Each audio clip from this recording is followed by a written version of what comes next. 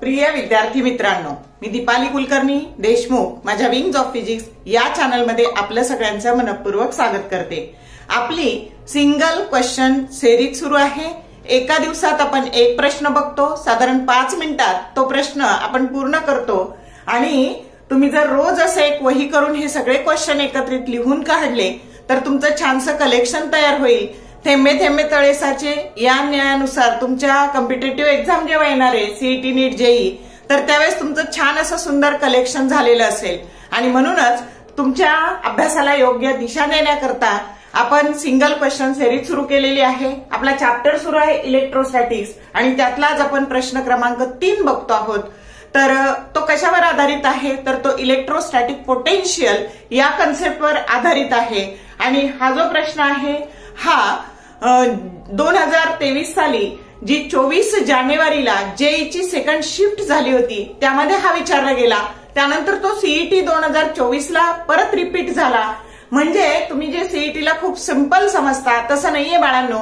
मॅथ्सचे किंवा फिजिक्सचे जेईला जे क्वेश्चन विचारले होते तेच प्रश्न सीईटीला रिपीट होतात आणि त्यामुळं मॅथ्सला पण तसं होतं, फिजिक्सला पण तसं होतं आणि म्हणून सीईटी तुम्ही जेवढं त्या परीक्षेला हलक्यात घेता किंवा ती इझी असं तुम्हाला वाटतं तेवढी इझी ती नाहीये, हे लक्षात घ्या।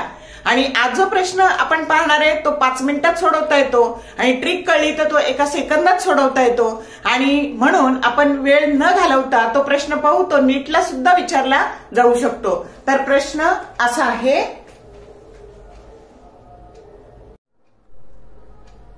The electric potential at the center of two concentric half rings of radii, capital R1 and capital R2, having same linear charge density lambda is option A 2 lambda by epsilon naught, B lambda by 2 epsilon naught, C lambda by 4 epsilon naught and D lambda by epsilon naught।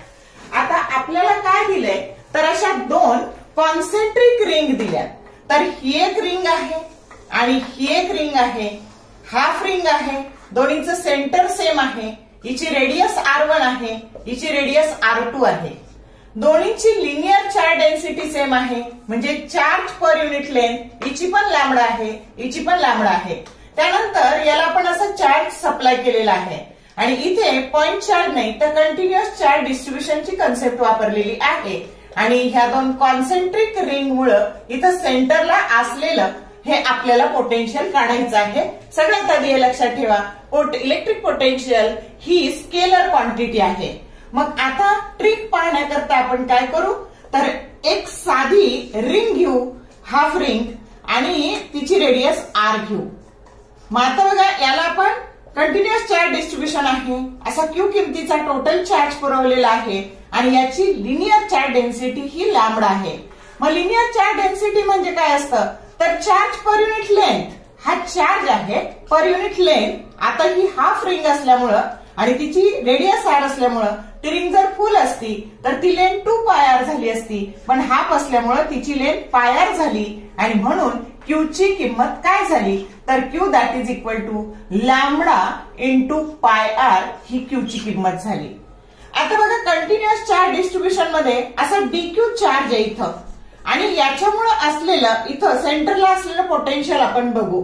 मग जर continuous charge distribution असेल तर आपल्याला याच्यामुळे असलेलं potential ते dv असेल आणि दॅट इज इक्वल टू याचा फॉर्म्युला असतो k इंटू चार्ज हा dq divided by distance r। मग आता हे झालं ह्या dq चार्ज मुळे असलेलं पोटेन्शियल। जर ह्या पूर्ण चार्ज ह्या dq dq dq असे सगळे याची ऍडिशन केली तर आपल्याला Q मिळणार आहे आणि म्हणून टोटल पोटेन्शियल जर काढायचं असेल तर आपल्याला इंटिग्रेशन घ्यावं लागेल आणि म्हणून V that is equal to integration of E dv आणि 0 टू Q लिमिट लावलं तरी चालेल। मग आता बघा ह्या dv ची किंमत आपण टाकली इंटिग्रेशन, आता dv ची किंमत आहे k into dq divided by r। आता आपण काय केलं तर हे k आणि r हे कॉन्स्टंट आहे ते इंटिग्रेशन साइनच्या बाहेर घेतले आणि dq चं जर इंटिग्रेशन घेतलं इंटिग्रेशन ऑफ dq तर हे dq असं ऍडिशन येऊन ते कॅपिटल Q होणार आहे, म्हणजे k into Q divided by r। आता या Q ची किंमत आपण काढलेली आहे तर त्या Q ची किंमत आहे लॅम्बडा पाय r डिवायडेड बाय हे आर काय झाले, कॅन्सल झाले आणि ह्या तुमच्या हाफ जी काही रिंग आहे तर त्याचं सेंटर पासून असलेलं जे पोटेन्शियल आहे ते आपल्याला मिळालं के लॅम्बडा इंटू पाय आणि लॅम्बडा ही लिनियर चार्ज डेन्सिटी आहे. आता बाळांनो याच्यात कुठे रेडियस आली का, नाही. म्हणजे ट्रिक काय आहे तर जेव्हा रिंग असते आणि सेंटर पासून त्याची लिनियर चार्ज डेन्सिटी लॅम्बडा असते तर सेंटर पासून त्याचं असलेलं पोटेन्शियल हे त्या रेडियसवर अवलंबून नसतं आणि ते असतं के इंटू लॅम्बडा इंटू पाय आणि के ची किंमत असते 1/4 पाय एप्सिलॉन नॉट. आता तुम्हाला काय विचारलंय तर ह्या दोन रिंग मुळे कॉन्सेंट्रिक रिंग आहे, दोन्हीचं सेंटर सेम आहे आणि त्याच्यामुळे असलेलं पोटेन्शियल. मग आता पहिल्या रिंग मुळे असलेलं पोटेन्शियल त्याला म्हणू V1, दुसऱ्या मुळे असलेलं त्याला म्हणू V2. त्याची किंमत टाकली के लॅम्बडा पाय प्लस के लॅम्बडा पाय तर ते झालं तुमचं 2k लॅम्बडा पाय. पण इथे तुम्हाला ऑप्शन एप्सिलॉन नॉटच्या स्वरूपात दिलाय आणि म्हणून V that is equal to, आता तुम्ही किंमत जर इथे टाकून दिली 2 lambda pi into 1/4 pi epsilon not. काय झालं, पाय पाय कॅन्सल झाले, 2 जा 4 झाले आणि म्हणून करेक्ट ऑप्शन आला lambda divided by 2 epsilon not. समजलं का? जर 3 रिंग दिल्या असत्या तर तुम्ही इथे काय घेतलं असतं 3 lambda pi into 1/4 pi epsilon not. समजलं का? तर अशा ट्रिकने तुम्हाला डायरेक्ट उत्तर काढता येतं आणि हा करेक्ट ऑप्शन बी आहे. तर प्रश्न एवढा रिपीट झालाय पण एवढा सोपा आहे तर म्हणून हे जे शॉर्ट व्हिडिओ आहे तर याचा उपयोग करून घ्या. व्हिडिओ आवडला लाईक करा, शेअर करा, कमेंट करा. तुमची कमेंट हीच आमची काम करण्याची ऊर्जा असते, त्याने उत्साह येतो व्हिडिओ बनवायला. व्हिडिओ बनवणं ही तशी अवघड गोष्ट आहे, त्याला भरपूर कष्ट लागतात आणि त्यामुळे तुम्ही सपोर्ट करा, तुमचा त्याच्यात फायदा आहे. All the best for your study and thank you for watching this whole video.